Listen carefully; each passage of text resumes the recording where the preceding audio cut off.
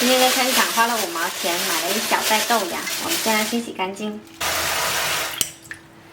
连续下了1个星期雨，现在呢就是豆芽最便宜吃了，5毛钱有一大把。洗多2次，放着沥干水备用。我还提前浸泡了一些腐竹，给它剪成小段。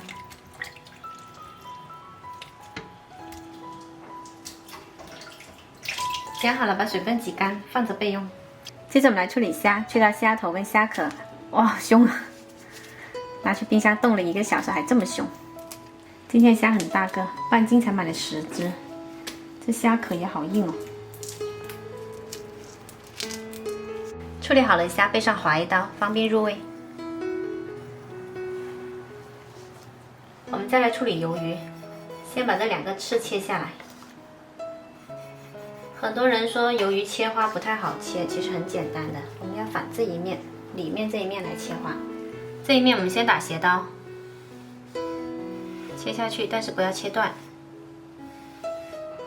刀一定要打斜，切出来花才好看。然后再打正，把花切成井字形。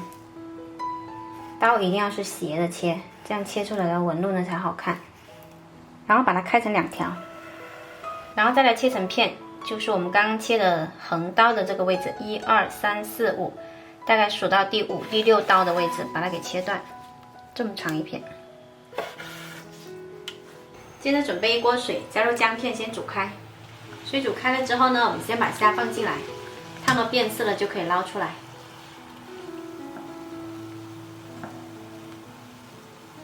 接着把鱿鱼放进来，焯到卷起来就可以捞出来。焯一下卷起来就很漂亮了。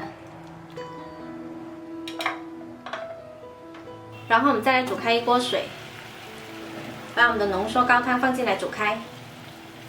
这款浓缩高汤呢是我们自己熬的，它本身有味的，这里不需要再调味。煮开了之后，把我们的腐竹先放进来，盖上盖，先煮2分钟。腐竹煮软了，再放上豆芽。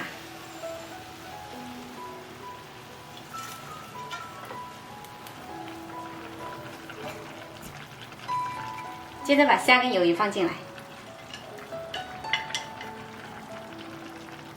盖上盖子，焖3分钟。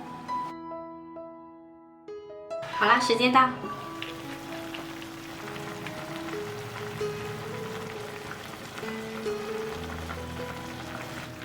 最后撒上胡椒粉，我们这一锅鲜到掉眉毛的鱿鱼虾包就做好啦。有菜有汤，美味又减脂，喜欢的朋友可以试一下哦。